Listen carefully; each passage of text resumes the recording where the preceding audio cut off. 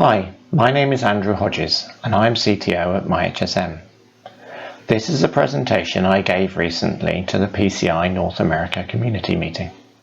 My hope is that it will be helpful to anyone who is interested in encryption and key management within the payment industry, so please feel free to share if you agree.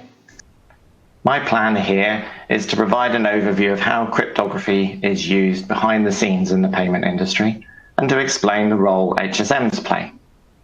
I'll start off with what an HSM is and what it's used for, and then I'll go into more detail about transaction processing and key management, focusing on an example of an online PIN transaction.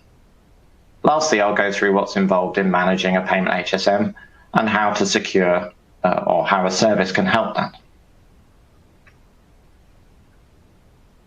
So what is an HSM? It stands for Hardware Security Module. So it's a piece of electronic equipment, hardware as opposed to software, with a microprocessor and a secure memory, etc. Security-wise, it performs cryptographic functions such as encryption, decryption, message authentication, etc. It also stores the keys associated with those cryptographic functions, and it prevents physical access to the keys and other sensitive information inside the device using tamper resistance and tamper responsiveness. The module part of it means that it's part of a larger system, so it provides cryptographic services to software applications over a defined application programming interface. The simplest example is where the application will say to the HSM, please encrypt this data using your internal key, and the HSM replies, here's your encrypted data. So when do you need an HSM? As a software programmer needing to perform cryptographic functions, you have three basic options. One is to use a software library and store your keys on the file system somewhere. Or you can use a general purpose HSM, or you can use a payment HSM. Which you will choose will depend on the specific application and level of security you need to achieve. It will also be affected by the PCI specifications with which you need to be compliant. If you decide to use an HSM, be it a general purpose HSM or a payment HSM, you have the option to either buy, host and manage your own, or you can use a service to do. As I said in the previous slide, which HSM you choose will depend on the PCI standards you're trying to meet. So this gives an overview of the PCI standards and the corresponding HSM requirements. The standards in the first group, including PCI PIN and P2P, mandate the use of HSMs which have been FIPS or PCI certified as shown. In addition to this, the requirements within these standards mean that HSMs must provide functionality which is specific to the payment industry, and hence the term Payment HSM as opposed to General Purpose HSM. The DSS and 3DS server use of a General Purpose or Payment HSM is highly recommended but not mandated. So if you would like to use a General Purpose HSM service, you have a lot to choose from, some of which are shown here. These can be helpful for integration within a PCI DSS environment, although it's always worth checking the specific SLA and service details meet your requirements. As an example, the Azure Key Vault SLA states, we guarantee we will process Key Vault transactions within 5 seconds, at least 99.9% of the time, which may or may not be suitable to your application, obviously. The list here comes from a blog by David Acosta, and in it he points out that these services are not suitable for PCI PIN or PCI P2P environments, as these standards require payment HSMs with special cryptographic support and additional physical and device lifecycle security controls that none of these vendors offer today. So if you need to use a payment HSM and want to use a service, your choice is much more limited. To demonstrate the difference between doing your crypto using a software library, a general purpose HSM or a payment HSM, Let's take an example of an online PIN transaction. I come to pay at my local shop and I notice that they have a PayPal branded POS terminal. I take out my Lloyds Visa card and insert it into the terminal and enter my PIN. For the transaction to be approved, the PIN needs to be verified by Lloyds, my card issuer. The terminal in the shop cannot possibly talk directly to every card issuer in the world, so the PIN is actually routed as shown on the slide. First, the terminal encrypts the PIN and sends it to the PSP, payment service provider, which is PayPal in this case. PayPal then sends it on to their acquiring bank. Their bank sends it on to Visa, in this case because it's a Visa card, and Visa send it on to Lloyds. The PIN is encrypted with a different key at each step of the chain. Let's focus on the first three steps. So, starting at the bottom left, I enter my PIN into the terminal. The terminal encrypts it using the green key and sends it to the PSP via the merchant's POS. The terminal and the PSP have a pre-existing relationship and have previously shared the green key. The PSP and the acquirer also have a relationship and have shared the blue key. When the PSP receives the encrypted PIN, it needs to decrypt it from the green key and re-encrypt it with the blue key for the acquirer. As this slide represents software cryptography, where the keys are stored in a file on the server and the payment application has access to the clear text PIN and the keys,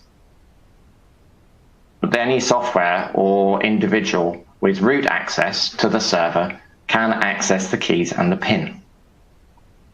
The red boxes show the boundary of where the PIN or the keys used to encrypt it are available in the clear, i.e. unencrypted.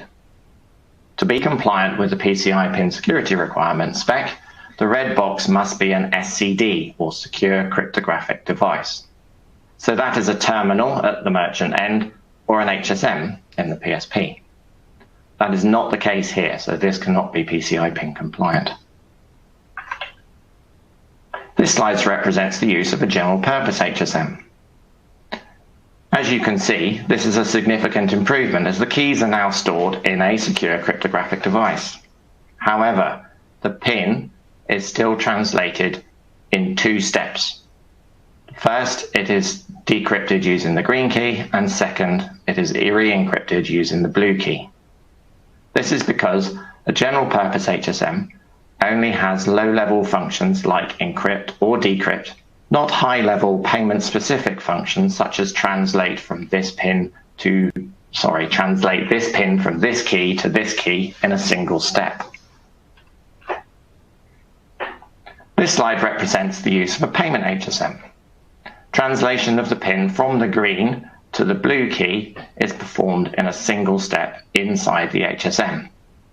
Therefore, the cleartext PIN never exists outside of a PCI-approved secure cryptographic device.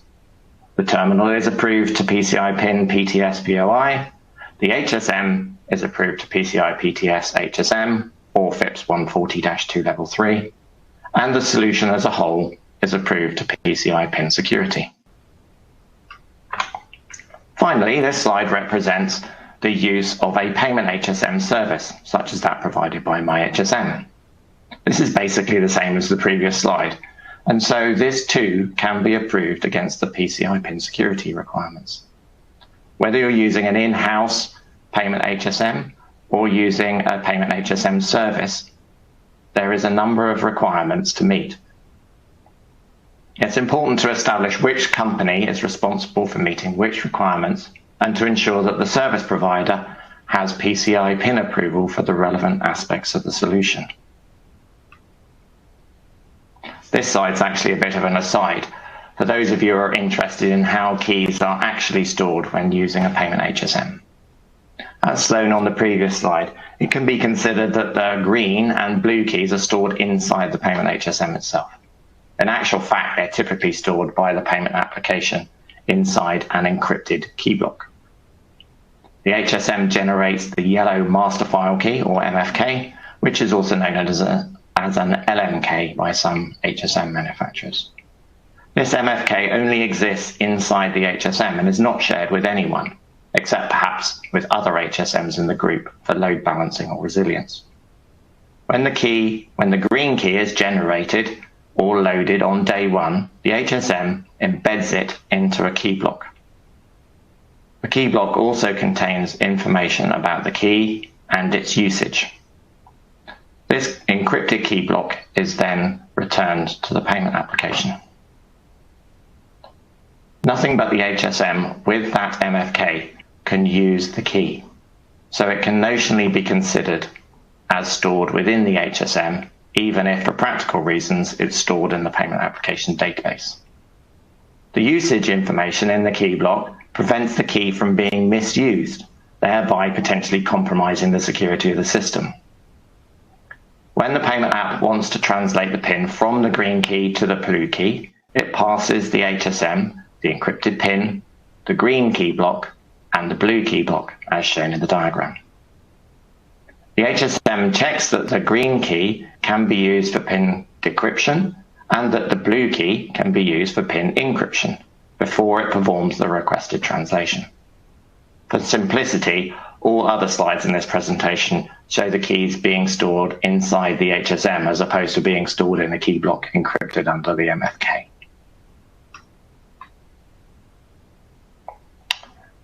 So far, we have seen how PINs are encrypted using Payment HSMs during an online PIN transaction.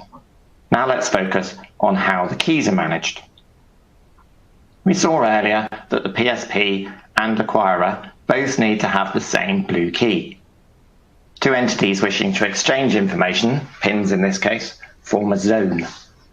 The keys used must be unique to that zone and not used elsewhere. For the PSP to send encrypted PINs to the acquirer, the blue key must first be exchanged between the two entities in the blue zone. In this case, the blue key is called the zone PIN key, or ZPK. Note that the zone is between the PSP and the acquirer. The Payment HSM service provider is simply providing a service to the PSP. If we assume that the acquirer generates the light blue zone PIN key, it can transmit it electronically to the PSP encrypted under the dark blue zone master key. However, this now means that both ends must previously have shared the zone master key.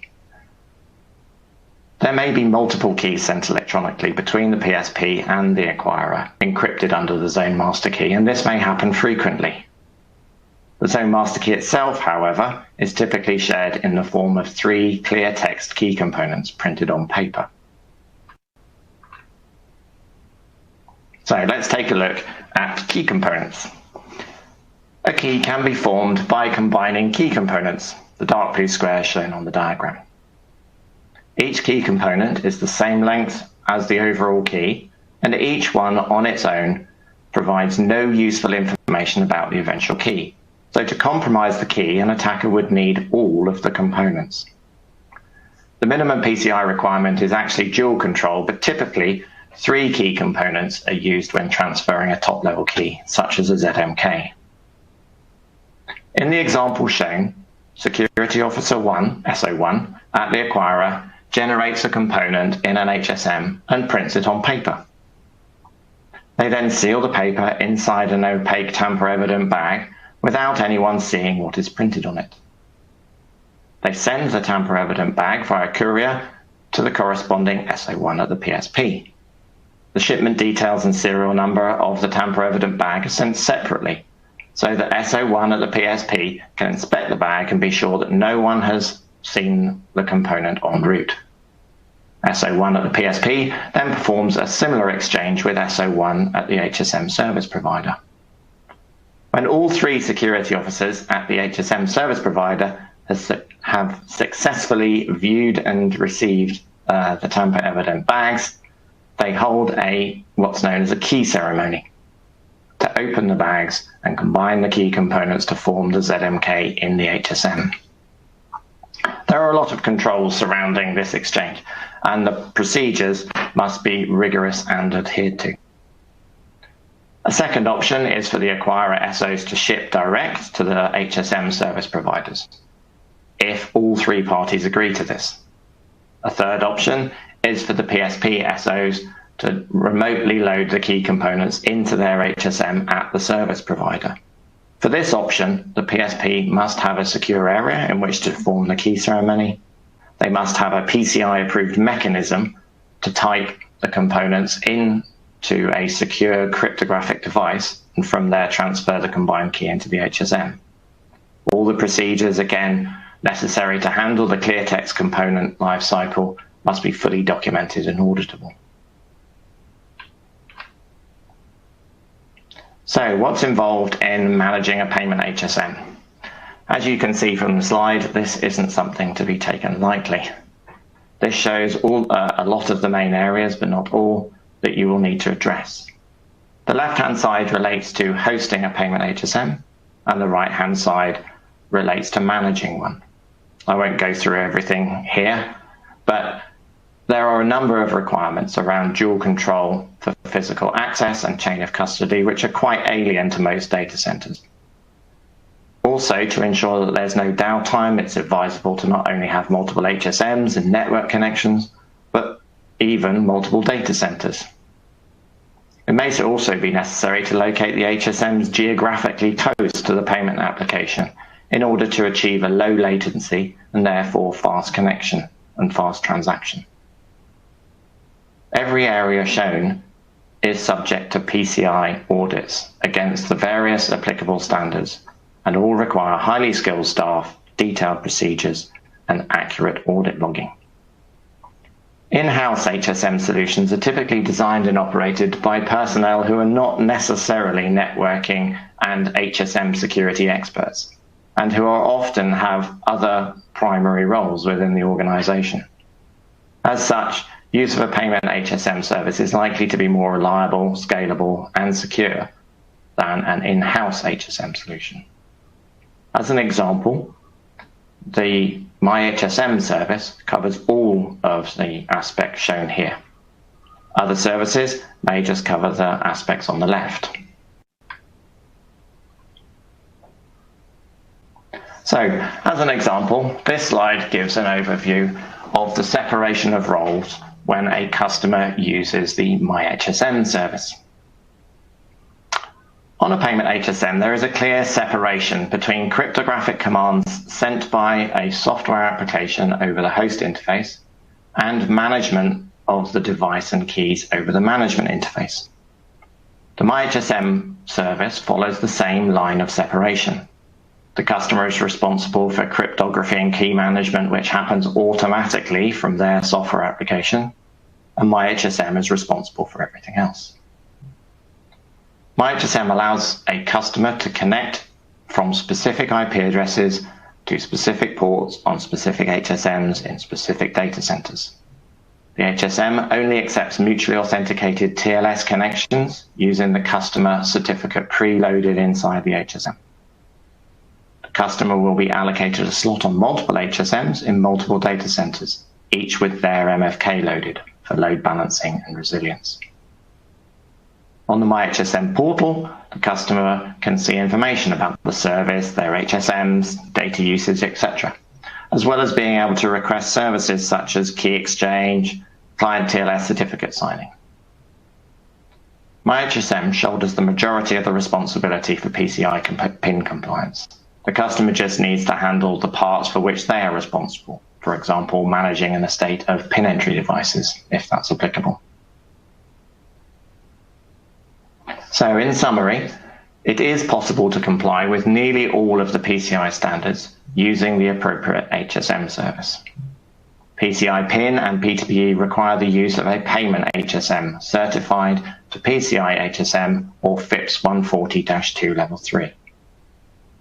Standard cloud-based HSM service use general purpose HSMs and are ideally suited for use with PCI DSS and 3DS server. In general, as the threat landscape becomes more complex, it's best to use the services provided by experts in each area, and then focus on making sure there are no gaps in between.